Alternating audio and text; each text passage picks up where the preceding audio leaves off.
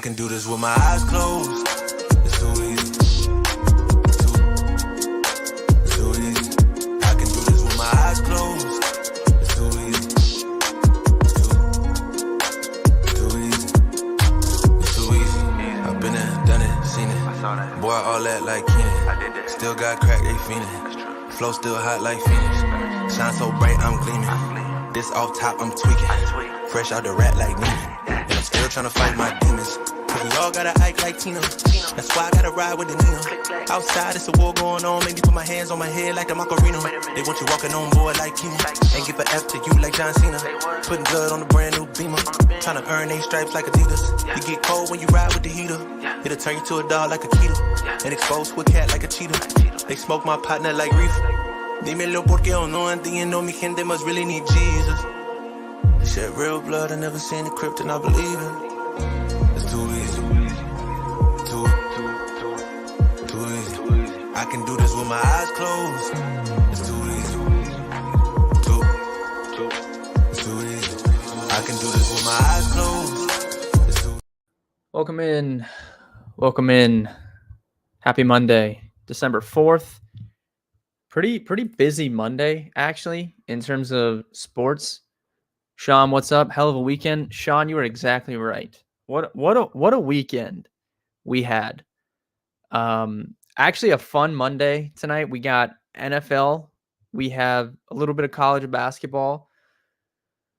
We have NBA in-season tournament, 2 games. Obviously, we can talk a little college football as well. Bowl game lines are out. Really, really hard to bet on some of these bowl games right now, in my opinion, with the transfer portal stuff. I've taken a few bets. If you're in the Discord, you know, I've taken a few bets for bowl season. But Sean, you're exactly right. What a weekend! So we started off the weekend. I told you guys, Mitchell. Kamara did very, very good. He should have had another touchdown too. You know, when they called him short and then gave it to Taysom Hill the next play. So he should have had another touchdown, but he did good. I told you guys 3 weeks ago on the Sunday stream, I told you that I felt very, very confident in my DFS play moving forward, and that if you were planning on signing up, I would recommend that you do so. I said that 3 weeks ago, maybe 4 weeks ago. I have not lost a main slate since then. I've been smashing the DFS streets. I told you guys a week ago that I felt like I was about to go on a heater in the betting streets. And we went up 6 units on college football on Saturday. And then Sunday morning, if you guys watched the live stream yesterday morning, free money was being handed out. Florida State to miss the playoff, plus 152. I bet that you could have got the exact order being Michigan, Washington, Texas, Alabama. You could have got that at plus money. You could have got the 4 teams to get in. Those 4 teams, not exact order, but the 4 teams, you could have got that at plus money. Free money from the books yesterday. We got on top of that. 6 units on college football. We went up on Saturday. We had Blake Corum first touchdown. We had Iowa first half under half a point. They crossed midfield 1 time, and it was because of a bad punt. We had the under in the Toledo game. We had the 3-unit play on Florida State money line. Everyone in the fucking world, excuse my language, was betting Louisville. We had 3 units on Florida State money line. We had another unit and a half on Florida State minus 2.5. Tripled down when the line moved. The line moved away from them when they had this scrub quarterback in. They were underdogs. Bet them again at underdogs. Great Saturday. Hopefully we can continue that in bowl season. Keaton, yeah, I saw you in the stream yesterday. Thank you. Glad you got that in. That was a good start to the day yesterday, man. I didn't even really sweat my NFL DFS yesterday because I just made $500 as soon as I woke up in the morning. All right, so we'll talk a little college football. If you guys have any questions on anything tonight, ask. I'll get to that. We'll talk a little Monday Night Football, and then we could talk a little NBA as well. I don't really have any bets right now in these two games. There might be some prop stuff we could look at, but we'll get to that at the end. So, yeah, if you have any questions, anything, ask. As far as college football, you guys know if you joined the stream yesterday, but I think the committee got that right. Thank God they didn't put Florida State in. Thank God they put Alabama in. Alabama's the best team in the country. And I'll be honest, if the committee didn't put Alabama in, I would have been really disinterested in the entire college football playoff, because in my opinion it would have had an asterisk. It would have been a fake playoff because the best team in the country wouldn't have been in. So and you could tell by Michigan's reaction, like they clearly thought they were getting a bye game and they were just getting a free advancement to the national title game by playing Florida State, and that's not the case. Um, Clearly they were pretty unhappy with that decision, but it was the right decision from the committee. I had zero faith in the committee making the right choice, so shout out to them. That's a good way to go out for the 14 playoff. They made the right choice. Now next year, we don't have to sweat any of this. The 12 teams are going to get in. It's all going to get settled on the field. As of right now, who are the top 3 Super Bowl picks in each conference? So, okay. So I will answer that, but I want to recap something. So first of all, if you're in the Discord, the futures card that I gave out in like August is just, it's looking good. Mitchell, I don't know. I know you're in here. I know you're in the Discord. I don't know how many of those you took, but we have Super Bowl outrights on Baltimore, Dallas, which are looking okay. Like I think San Fran is just so clearly the best team, but hopefully we can get like the Ravens in the Super Bowl or something would be nice. But we have a 22-1 ticket on Tyreek Hill to win Offensive Player of the Year. He's minus 175 to win the award. I don't see how he doesn't win that unless he gets hurt, because he's going to get 2,000 receiving yards and set the record. So we have a 22-1 on Tyreek Offensive Player of the Year. We have a CJ Stroud Rookie of the Year, I think at 9-1 or 5-1. I can't remember off the top of my head. I have to go check. But I do have a CJ Stroud Rookie of the Year, which is looking really good. And then I've added we had Hurts and Lamar MVP, and then we added on Dak MVP. I wish I would have added Purdy, Mitchell, man. I really thought about it. Last Saturday, Purdy was 13-1 on DraftKings. And I knew they had this game coming up against the Eagles. And I really, really thought, because I was like, I feel pretty confident. But if we would have added that on there, I feel like we for sure have a winning MVP ticket. It just depends on who. I wish I would have done that, man. Missed out on that, because now it's going to be Purdy versus Dak. We're going to absolutely need Mitchell. We are going to need Dak. First of all, Dallas is 3-point favorites on Sunday Night Football over Philly, which is good. We need Dallas to win that game, and we need like a 350-yard Dak performance in a win over the Eagles, and I think he'll be the favorite if that happens. That's what we need. Dak has insane stats. Dak's last 4 games against the Eagles, he has 14 touchdowns and 1 interception in his last 4 games against the Philadelphia Eagles. He has owned them. And their current version of their secondary is not good. Brock Purdy just absolutely shredded them yesterday. And he didn't have a passing yard at the end of the first quarter. At the end of the first quarter, he had no passing yards, and he still just absolutely shredded them. So, yeah, I feel good about Dak if he can win next Sunday night. When was the last time a non-quarterback won? I don't even know. I don't think it's possible for a non-quarterback to win in the current state of the NFL.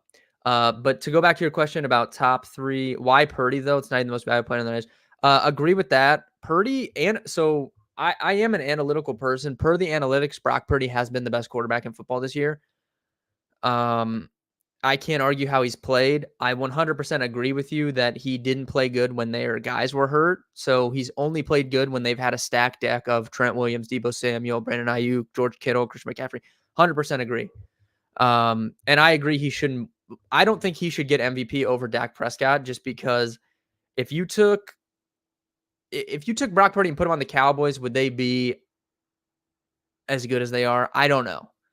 If you put Dak Prescott and put him on the 49ers, I think they'd be as good as they are or better because I think Dak Prescott's a good quarterback.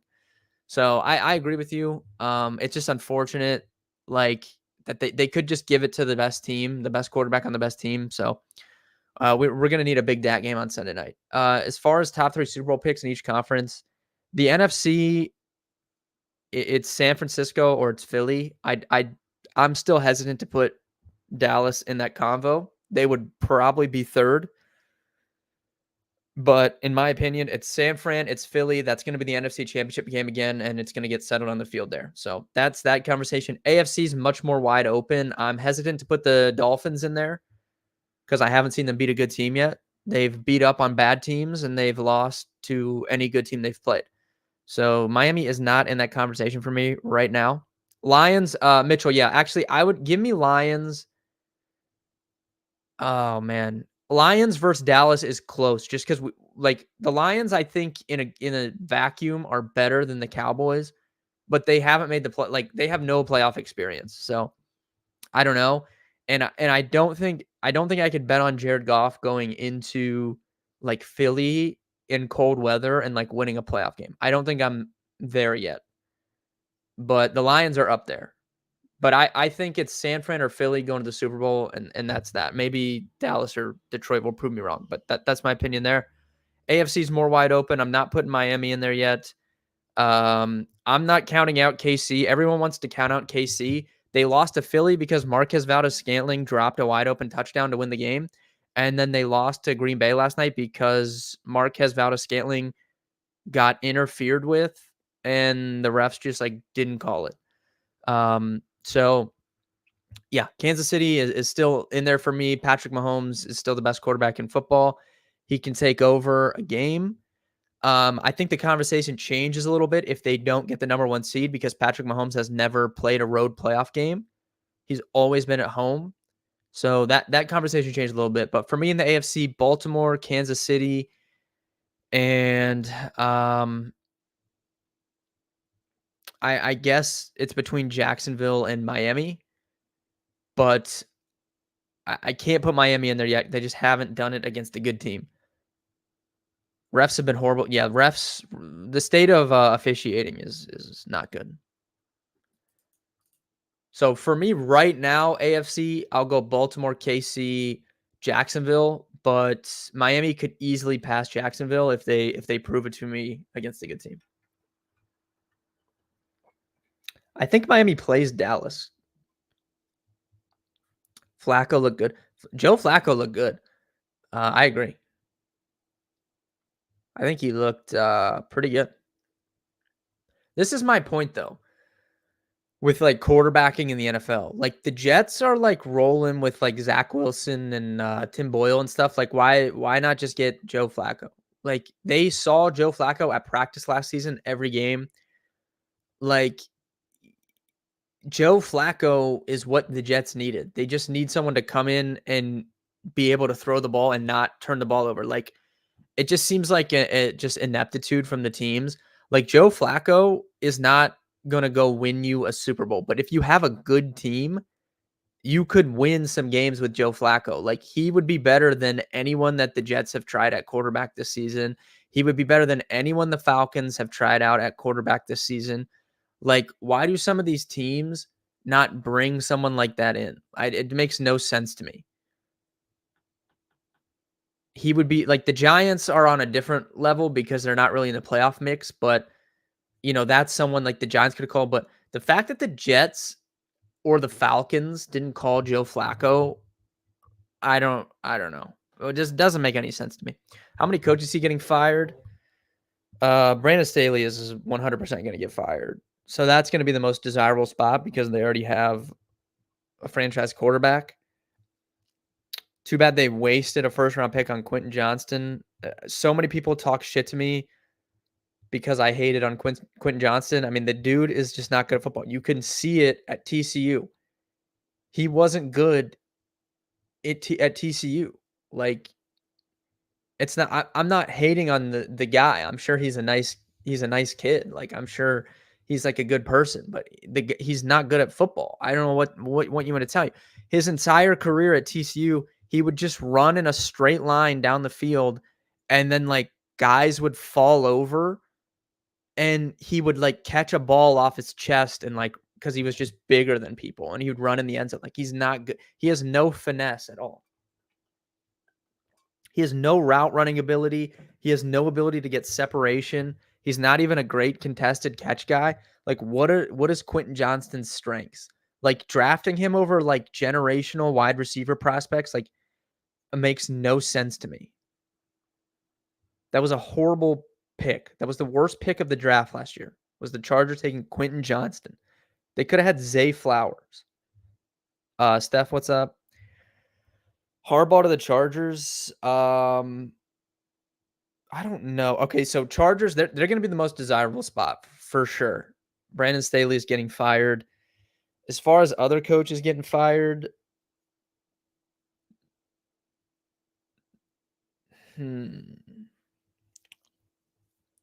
yeah, Chargers, they could have got Jordan Addison as well. Like, it was just a horrible draft pick. There's no other way to say it. It was as bad as the Lions. It's almost as bad. It's worse than the Lions picking Gibbs, because at least Gibbs is good at football. It made zero sense for the Lions to draft Jahmyr Gibbs where they did, but at least Jahmyr Gibbs is a good football player in a vacuum. Like, Quentin Johnston is just not good at football. So it was like the double whammy of wasting a draft pick on something you didn't need and then being horrible at football. Like, the Lions did not need Jahmyr Gibbs at that pick, but at least he's like a good football player. It's just so strange that they did that. I mean, okay, so Panthers' job is going to be open. Raiders' job maybe will be open. They kind of seem to like Pierce, like the players and stuff. So I could see maybe them giving him a year next year. I don't know. Chargers, I think, will be open. I don't. Bill Belichick, I think, will leave. And if this is my bold call right now, December 4th, you can timestamp this. If Bill Belichick leaves the Patriots, he's going to go coach the New York Football Giants. So you guys can just remember 3:17 p.m. Eastern time on December 4th. If Bill Belichick leaves the Patriots, he's going to go coach the Giants. So I could see that happening. I don't know. Chargers will be the most desirable job. Panthers, I pray for any coach that goes to the Panthers probably will be Ben Johnson, if I had to imagine. This is my prediction. This is my prediction. Bill Belichick leaves the Patriots and goes to the Giants.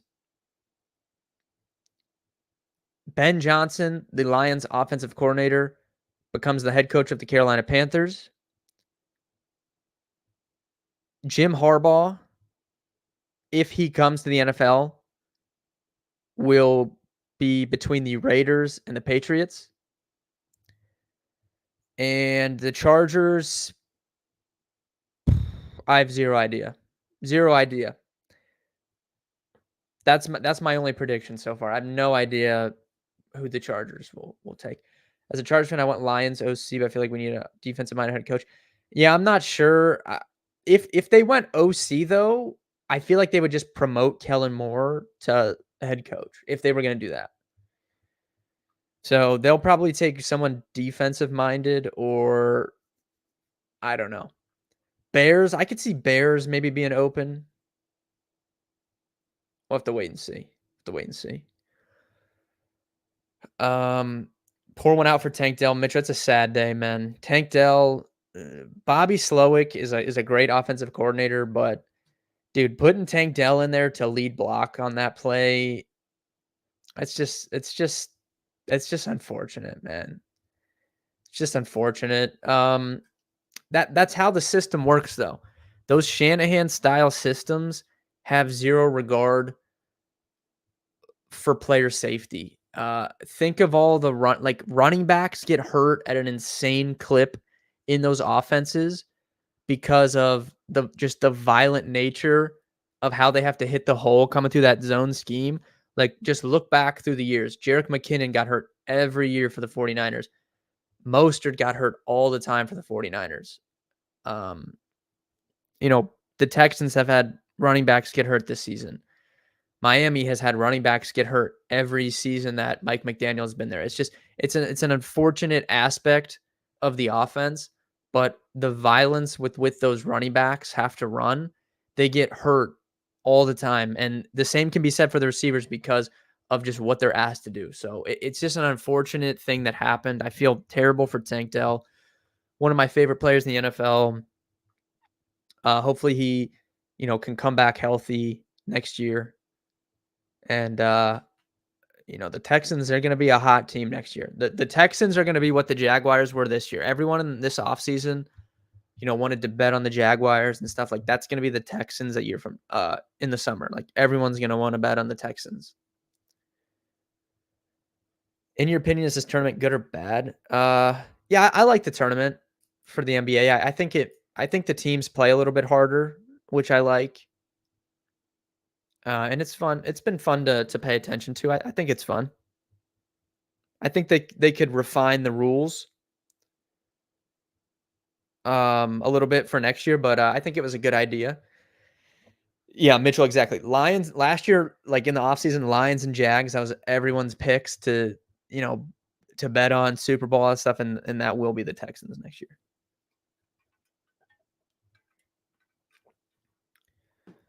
All right, let's talk. If you guys have any questions, go ahead and ask. Let's get into Monday Night Football here. Jags are big favorites here, 10 points on the spread, minus 500 on the money line. They're extremely public.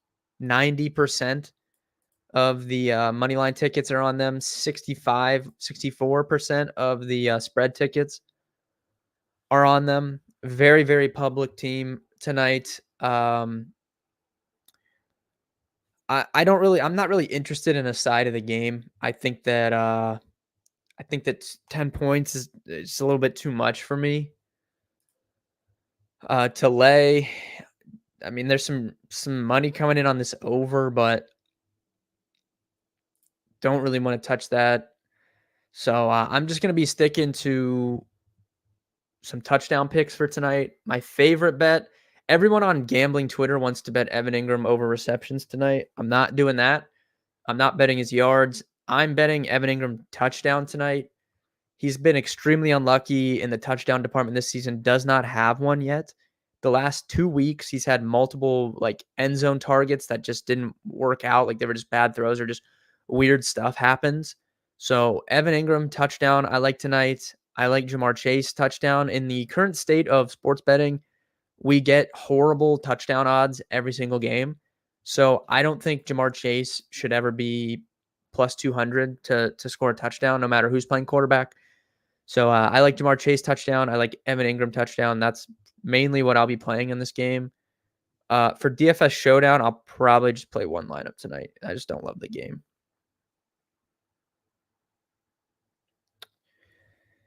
Yeah, I think he's pretty average right now, Mitchell. Maybe he has a ceiling he can tap into, but right now, I think he's like just an average quarterback.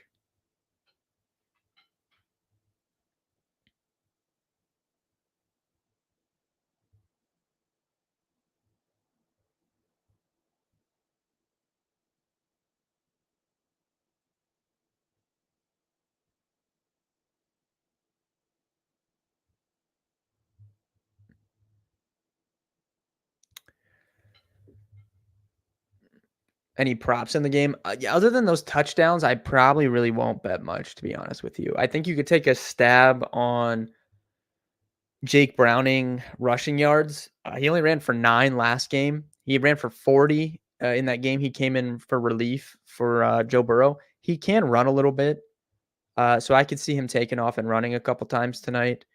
So I wouldn't hate a shot on that. If you want to get really weird, he's crazy odds to score a rushing touchdown. Like, I don't think it's out of the question to think he could sneak one in or like run one in if they're in the red zone or something. He's like plus 1,200 anytime touchdown, which I think is those odds are a little bit too high. So I think you could take a shot on that. But for me personally, not gonna have a ton of action on this game, just some touchdown picks. And I'll just be watching the game. For the NBA tonight, let me pull that up here. Celtics, Pacers, and Pelicans, Kings. Celtics are minus 225, minus 6 on the spread. Kings are minus 3.5 on the spread as well. I like Pelicans to win this game. So if I was looking for an NBA bet tonight, I think the Pelicans are going to upset the Kings. So you can bet the money line plus 130. You can bet the spread plus 3.5. Give me the Pelicans tonight. That's my play there. Get into NHL. I like hockey, Mitchell. I just like it's low on my priority list. Like it takes so much time for me to research NFL, NBA, college basketball, college football every single day. Like NHL is just far down my list, but I do enjoy hockey. Playoff hockey, I think is awesome. But it's just like it's hard for me to like prioritize that over like college basketball is my personal favorite thing to bet on. So I'm never going to prioritize it over that. And then we also have NBA and NHL going on. Maybe after NFL ends, but then by that time we're heading into like March Madness season, so that's just like a super grind. But yeah, I like Pelicans plus 3.5 tonight. That would be my NBA bet. If you guys have any further questions, you can reach out to me in the Discord. I already have some betting picks up for tonight in there. I've given out some college football bowl stuff out early, got ahead of a couple line movements, which I like to see. If you're interested in signing up for BetCarma Premium, DM me on Twitter right now.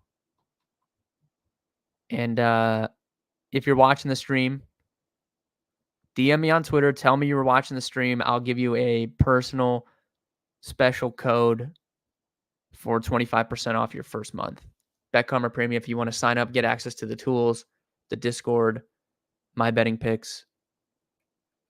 I actually miss betting baseball. Yeah, Mitchell, baseball was profitable for us. I miss it too. I'm excited for that to start back up. Like, we're getting to the good part because we're going to have NFL.